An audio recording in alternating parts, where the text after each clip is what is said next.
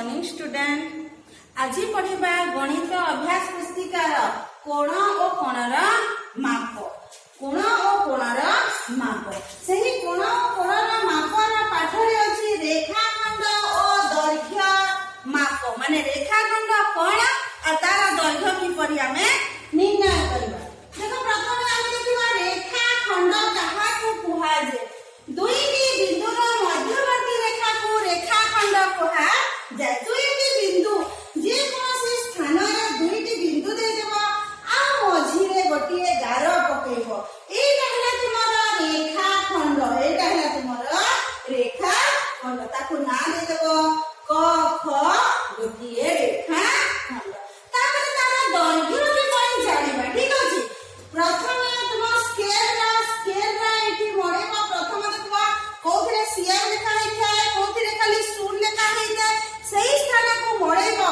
तापर एठी मरे की जेते सेंटीमीटर अछि सेथिरे यार दैर्घ्य मु लिखि दैछि मात्र 5 सेंटीमीटर। हेले एटा कोन हैला क ख गोटिए रेखाखंड आ क ख रेखाखंड रा दैर्घ्य माने क ख रेखाखंड हैला केते सेंटीमीटर 5 सेंटीमीटर।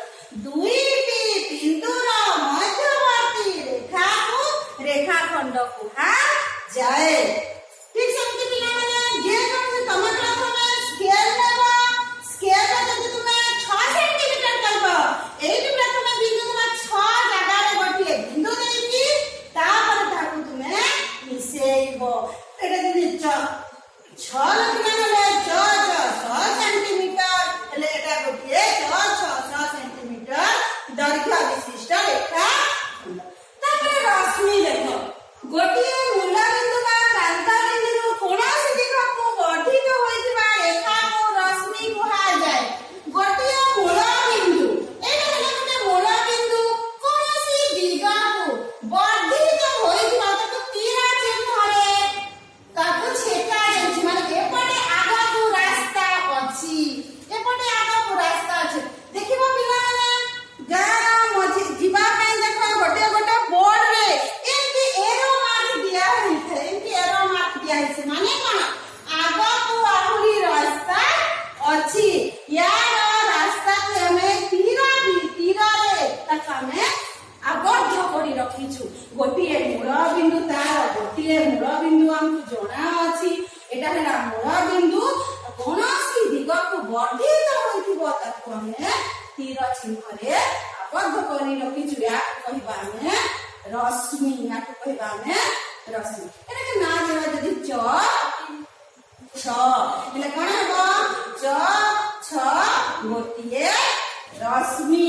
आ जदि देखो जदि कुहा हेइथिबो के जदि सेंटीमीटर दिया हेइथिबो हेले स्केल पकेबा 7 सेंटीमीटर कहैते माने एटा तुमर मूल बिंदु हबा आ आगे पटे 7 करे तुमे सीधा तीर चिन्ह देबा। एटा एंती लिखि देबो 7 सेंटीमीटर आ ना देबो जहां देखो सब माने मने रखि त गोटिए मूल बिंदु आरंभ करी कोनोसी दिगकू वर्धित होइतिबा रेखा को रश्मि कुहा जाय। सरल रेखा पिला माने सरल रेखा उभय दिगरे वर्धित होइतिबा ताकू तीर चिन्ह द्वारा आबद्ध करा जाय ताकू सरल रेखा कुहा जाय। देखो उभय दिगरे वर्धित होइछि आगकू रास्ता अछि। एटा आगकू रास्ता अछि। याको हम तीर चिन्ह रे आबद्ध करी रखिछु। एटा हैला तुमर सरल रेखा। एटा हैला तुमर सरल रेखा।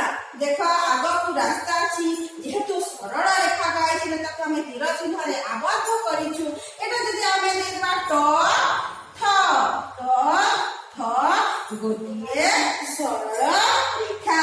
जदि कुहा हेतबा एटा तरिका जदि आमे लिखि देबा 7 सेंटीमीटर हेले एटा हेतबा 7 सेंटीमीटर। तापर आसा पिला माने वक्र रेखा। वक्र माने अंका बंका रास्ता। ठीक अछि अंका बंका रास्ता। दुईटी तुमे बिंदु दे देबो। ठीक अछि दुईटी बिंदु दे देबो आ तार मझी रे तुमे अंका बंका रास्ता जेंती रास्ता रे गला बेल को तुमे को जगह रे मोड़